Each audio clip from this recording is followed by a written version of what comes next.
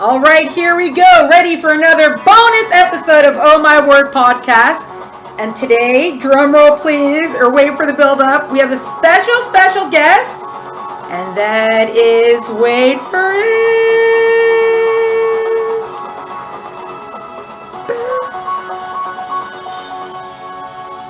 Marlene Perez. Thank you so much for joining us. YA author Marlene, welcome. Thanks for having me. Oh, it's a pleasure, and we're very excited.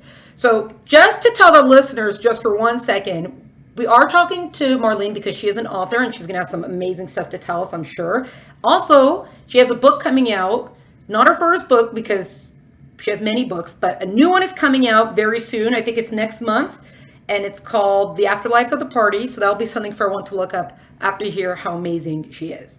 So now that we did that little plug, and we'll talk more about that later, but now that we put that little plug in, let's get right into it. Marlene, if you would please share with us, how on earth did you become an author? How did we get to this point? Short or long answer? That is a long story, but the most important thing is that I have always been a reader. I think that it doesn't matter what else happens in your life, but if you are a reader or were a reader, you understand story and you have a love of words, and that's really what matters as a writer. Unfortunately, when you're in high school and you're getting ready to go to college and you're talking to your guidance counselor, they do not tell you, hey, you are such a good writer. Oh. Why don't you pursue that professionally? And honestly, if there are any guidance counselors out there, I really wish you would. I wish that you would find those kids who love writing, love reading, and really want to share words and share their stories. I wish that people would encourage that.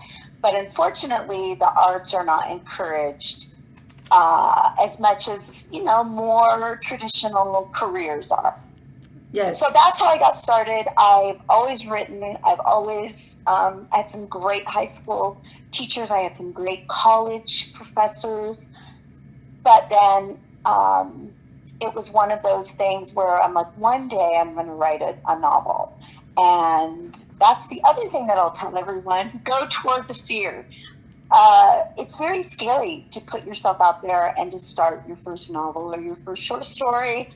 Or if you're an artist, an illustrator, it's the same exact thing. It's like that fear of the unknown, the fear of rejection, the fear of failing.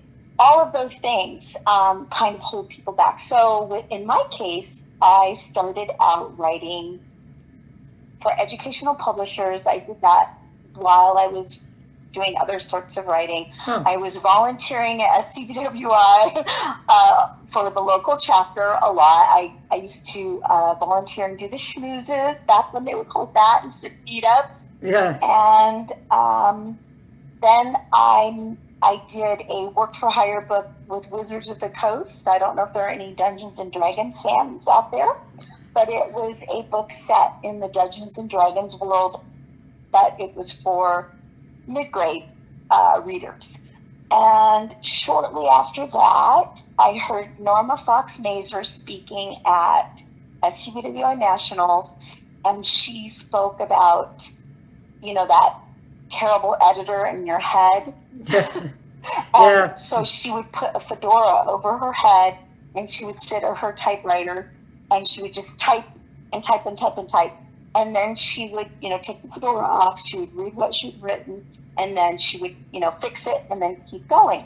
And 6 months after I heard Norma Fox Mazer speak, I had written my first novel, the first novel I finished. Oh, wow. I had, false starts, but not completely finished.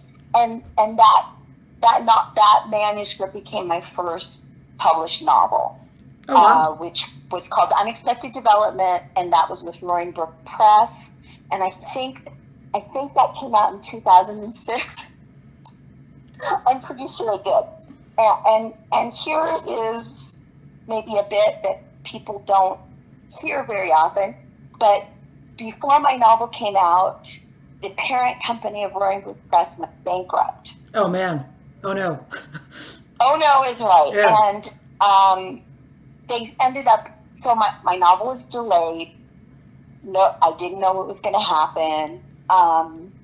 They sold Roaring Brook to, I believe it's Macmillan. Oh. And my novel, came out with Roaring Brook Press.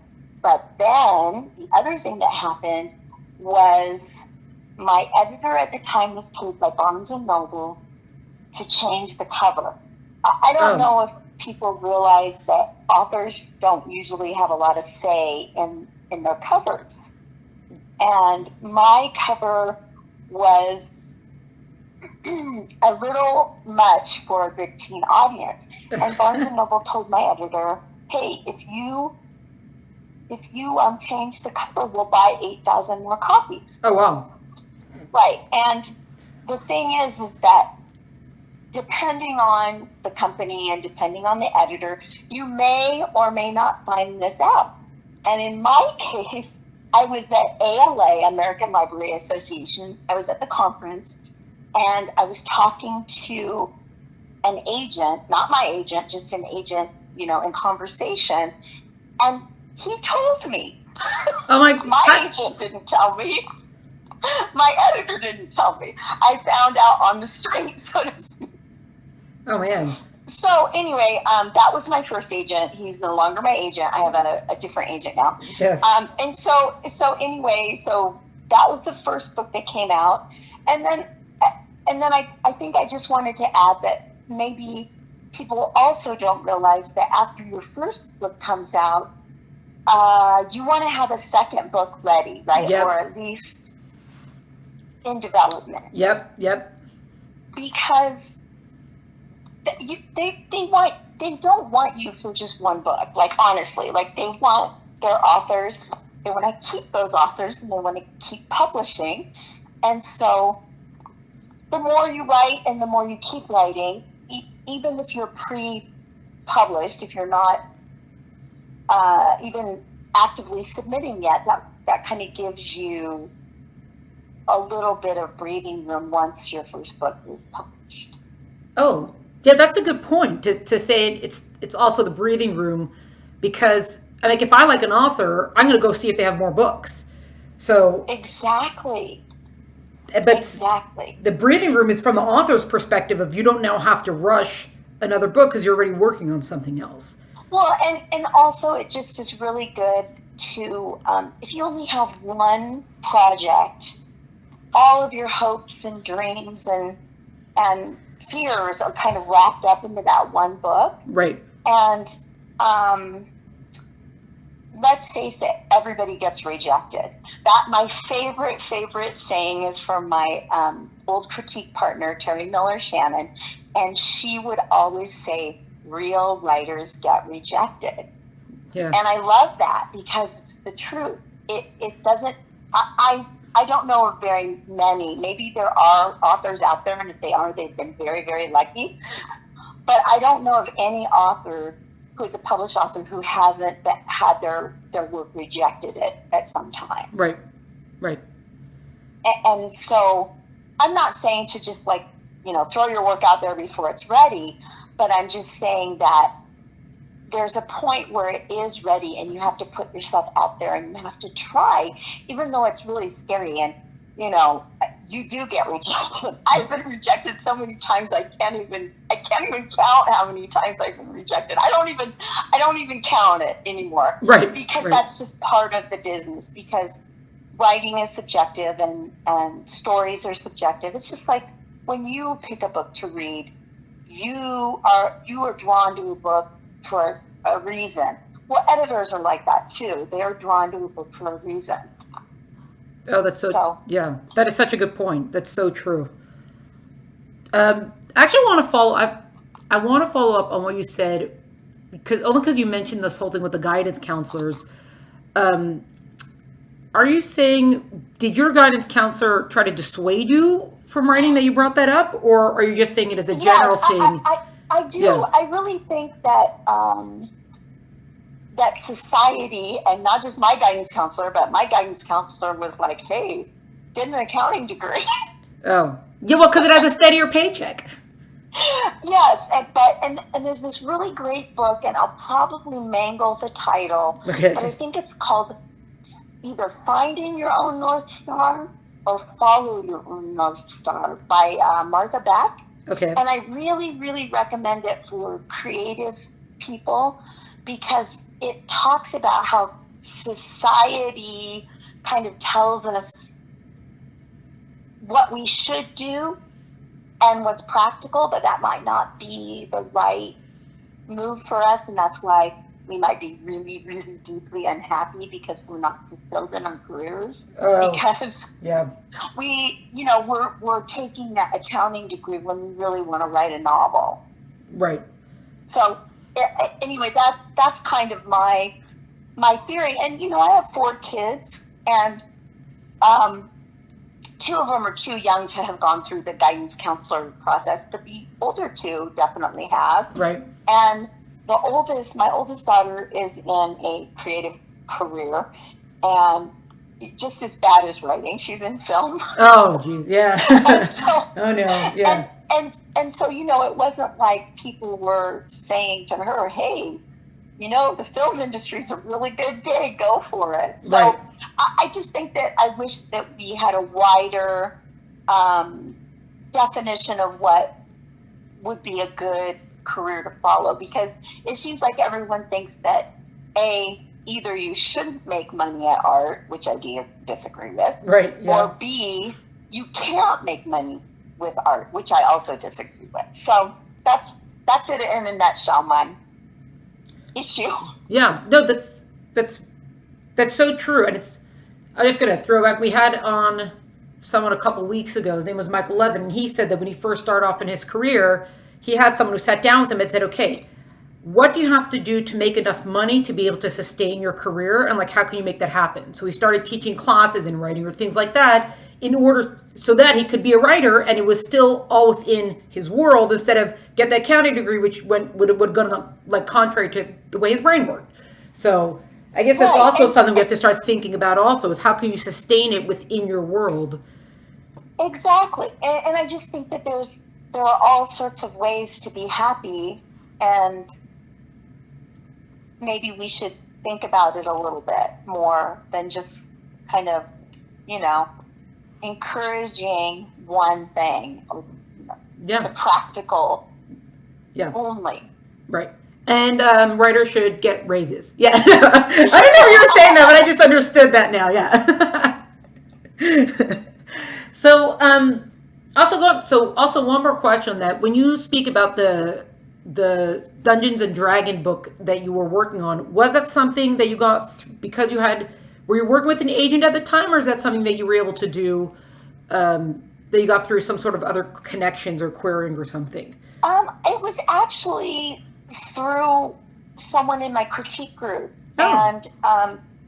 and we just heard about it, and I can't even remember where I met the editor, probably at an event, but I met the editor, and with work for hire stuff, you have to make the decision about that, because usually work for hire is a flat rate. Right. And it just depends if it's right for you or not. I know of a lot of people who have been really successful with it, and they understand what they're getting into with that. And so you just have to kind of figure it out. And I've always liked Dungeons and Dragons, and I've always, liked that world. So I decided that, yes, it was worth it. And I think I did have an agent at the time that I actually wrote the books, but he didn't bring that to me. Well, oh, okay. Right. Okay. So I guess and then after the Dungeons and Dragons book, so I wrote. So then I didn't have. I separated with my first agent. I no longer had an agent. I was searching for a new agent. I had an idea. I have an eight book younger teen paranormal mystery series. Wow. With Hoot and Mifflin Harcourt called the Dead Is series. And so all the titles have Dead Is in the title. Oh yeah, I saw those. Yeah.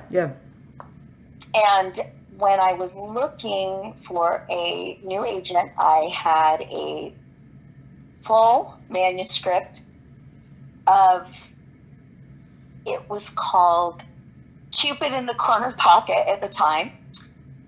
And I had just an idea, basically a chapter and a outline of the first book of Dead Is. And I sent that to him. And so my current agent is Stephen Barbara, and he was a very new young agent at the time, and I was newer and younger as well. Right. And we just kind of hit it off. He really liked my manuscript. At the time, I had submitted Dead is the New Black, the first chapter, for the Orange County, what was it called? Editor's Day. I think it was called Editor's Day back then. Right. With when Francesca Rusakis and QL Pierce were the RAs. I submitted that manuscript for critique. And Abby McAden from Scholastic was one of the readers. So all of this stuff is happening all at once. I'm looking for a new agent. I'm submitting, this manuscript for critique at SCBWI, the local chapter. And I got an agent. I got Stephen Barbara as my agent. We made it official. He started submitting Dead Is. Dead Is went to auction. Oh, wow. The day before the conference, which was my birthday. Oh, happy birthday. Oh, yeah. It sold to, it was Harcourt only at the time. It sold to Harcourt. The next day I met Abby, who had read it in manuscript, and she and I just hit it off. We got along so well at that conference.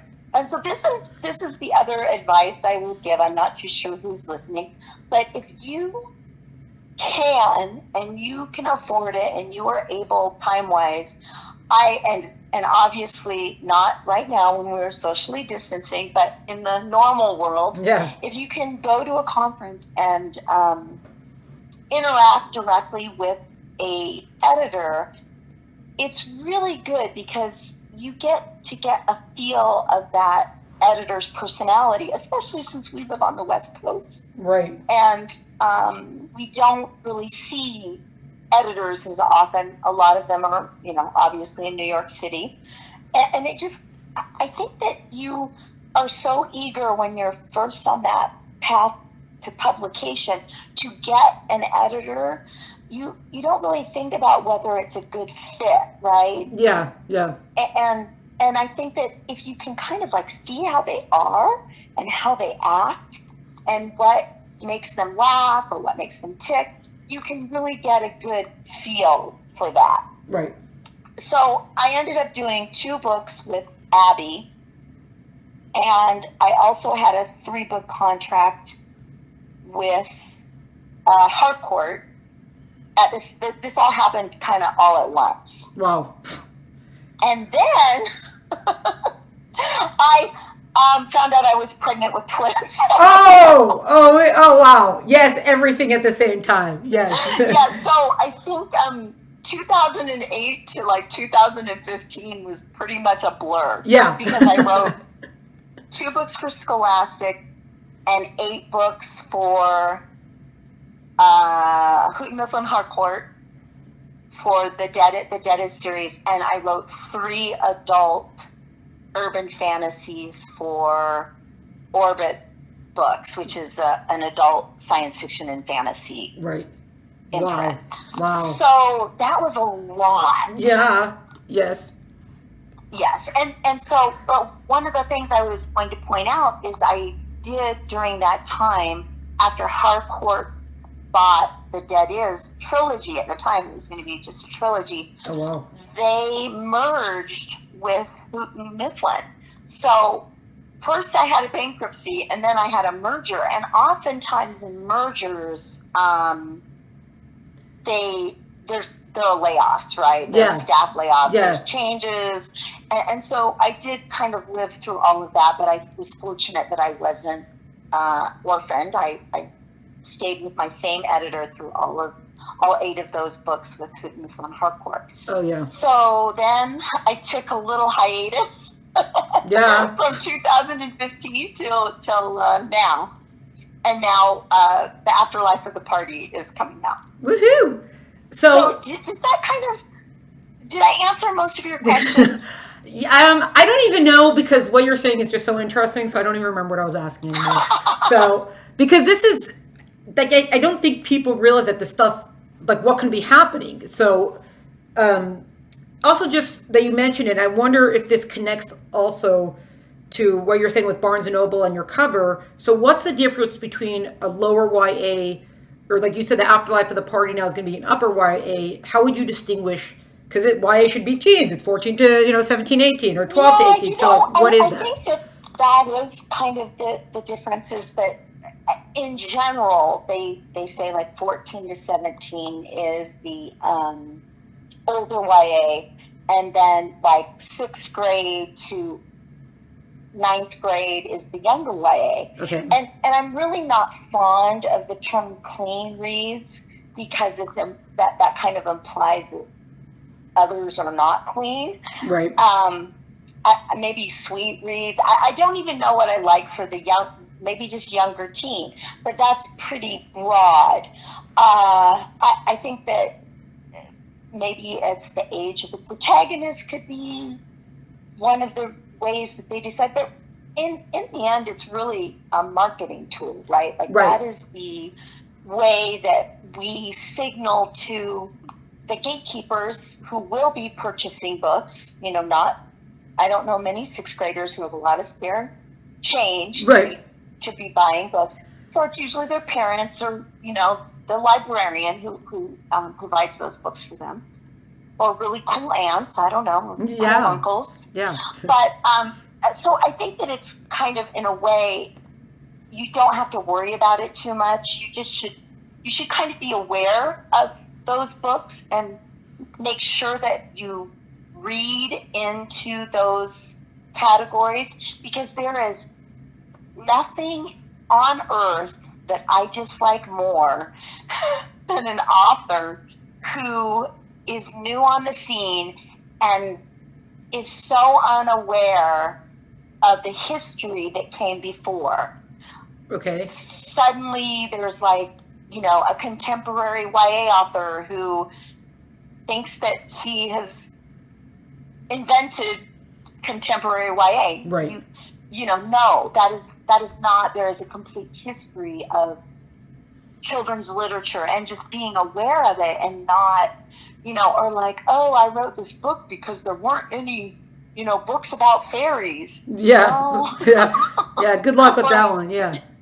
Yeah. And so I think it's really, like, I don't read. So right now I'm writing the 2nd book in the Afterlife trilogy.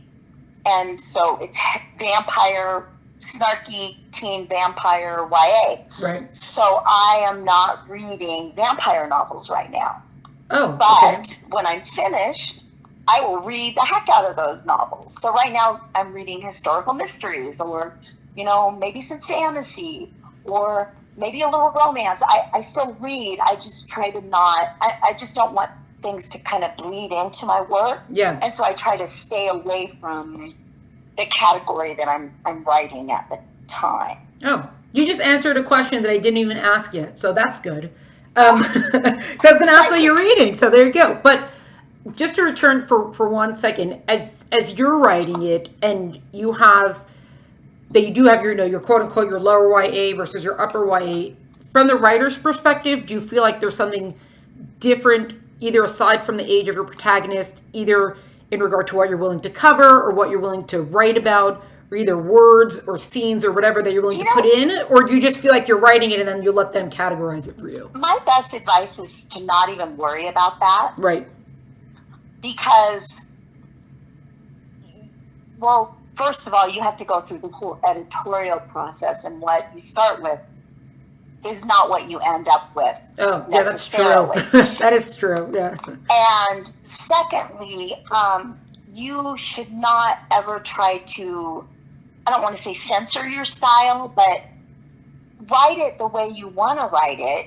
And then you can always make edits and adjustments if if you start to get feedback like from your critique group where you shop it, you start submitting it, and you're like, hey, those 11-year-olds really shouldn't be doing XYZ, right? Yeah, right. Then you can kind of modify as you go. But I think the most important thing is to tell the story first, and really worrying about the classification is like, I never worry about it. It's like somebody will tell me what they think it is. Right.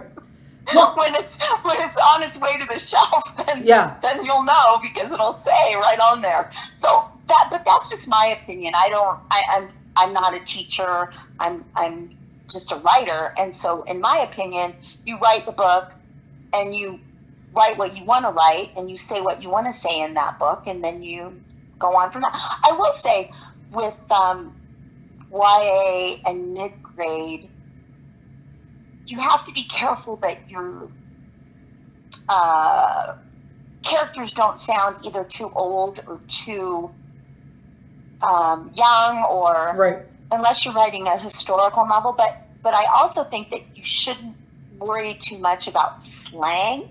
Like I try to avoid slang because it's so it dates it.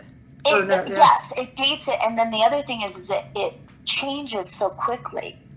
The language of slang changes so quickly, and see the same way with technology that particularly teens. You know what? I mean, I think I picked up a book a while ago, and it used the word BlackBerry or pagers. I mean, right. That was what was probably happening when that book was written. And there's a certain amount of it you can't avoid because you have to acknowledge that technology exists. Exactly. But I think that if you worry about it too much, and if you're looking to see what teens say today about a phrase that they use, they probably won't be using that next week.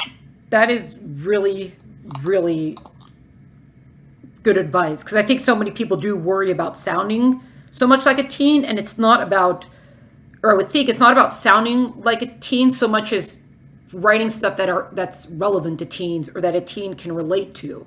So, right, and you definitely don't want to sound like some of these cranky old grandfathers. But I think there is this. I think it's a misconception, but this, especially in YA, that somehow, and I have children in their 20s, and I have children who are preteen, and there's this misconception that 25-year-olds are somehow closer to teens. Right.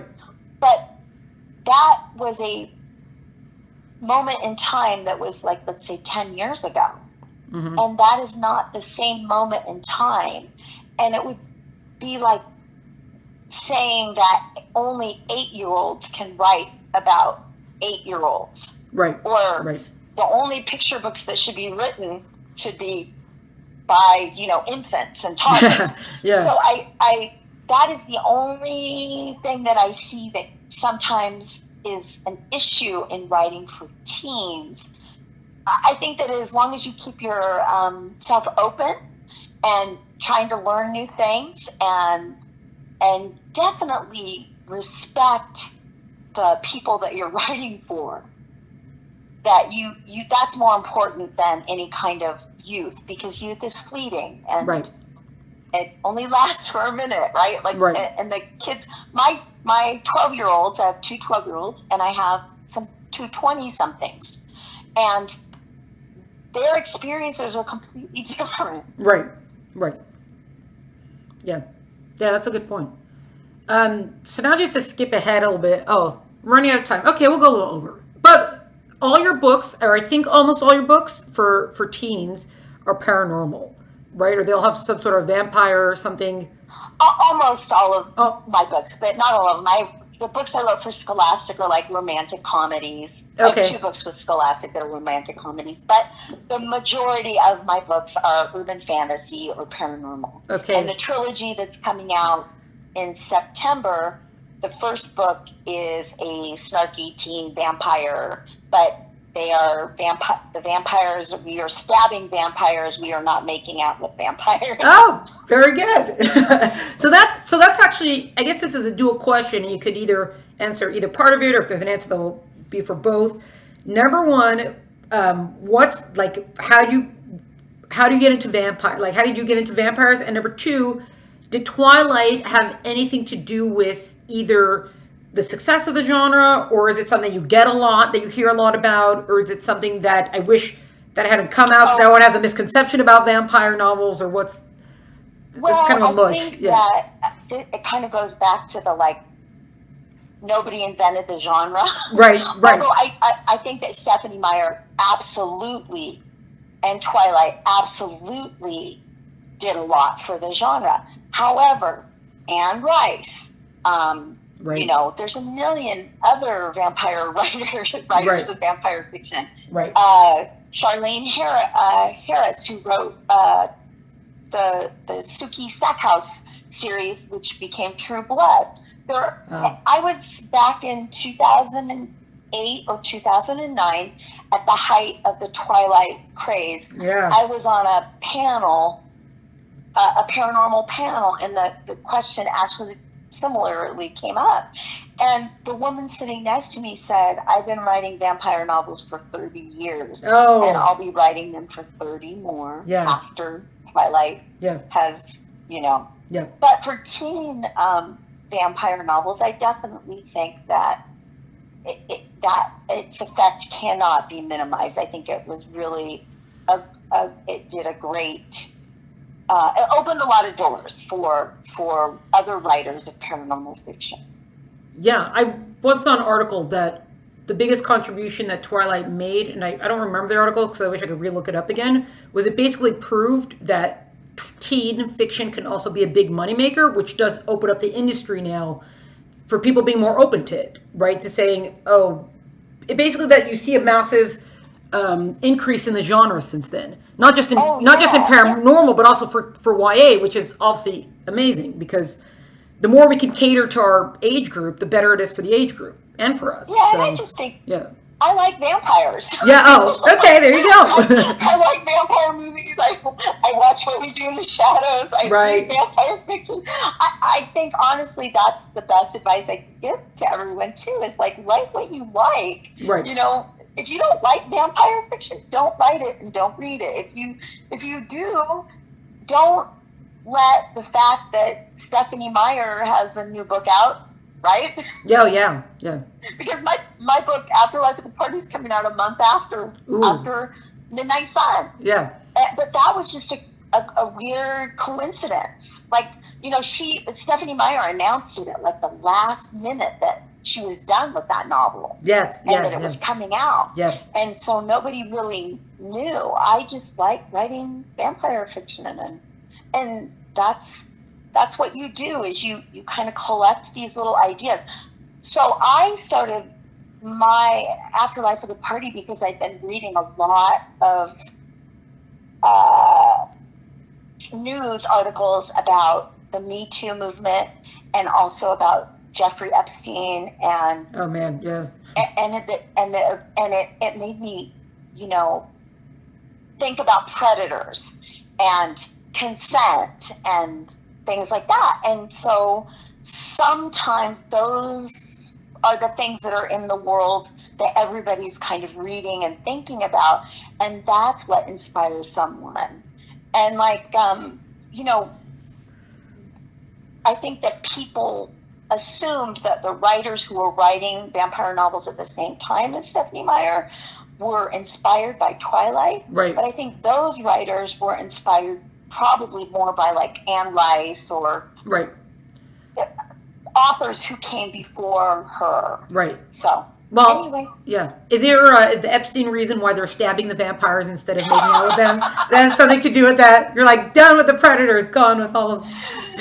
I just I had this really interesting conversation with my friend Melissa Wyatt, who's an author, and my friend Mary Pearson, who's also an author, and we were talking about, you know, the symbolism of vampires and Bram Stoker's vampires, and Right. and how, you know, he compels them in the original Dracula, and that shift where all of a sudden vampires went from gross old men with Yeah. garlic breath or whatever, you Yeah. know, to this sparkly, handsome vampire who is a love interest, Right. and the nature of the original, you know, he takes their blood without their consent and stuff like that. And so that's kind of where I started thinking of it. And yeah, I was mad.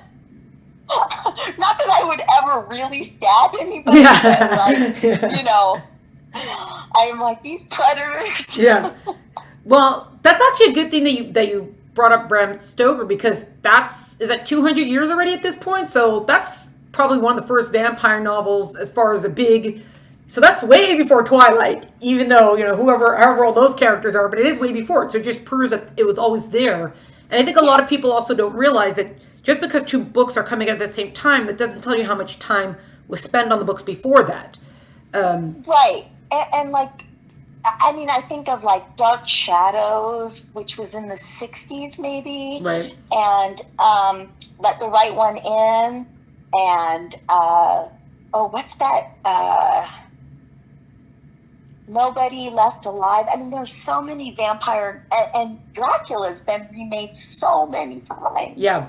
Yeah. And there have been, I could probably, Buffy the Vampire Slayer, which is my absolute favorite. Oh, yes. Yes. Yeah, and so there are plenty of things in our popular culture that are about that, and so you know, that have a vampire theme. So I think that it's not wrong to credit Stephanie Meyer, but I think there are a lot of other people out there as well. Yeah, it's as you said, you gotta, when you know the history, then you realize that just because someone's standing out a little bit, it doesn't necessarily make them the first one. Just a lot of things came together for that. She stood out a lot. Yeah, yeah. So good for her. Yes, absolutely. And sometimes it's just a matter of certain things coming together at the right time to make that happen.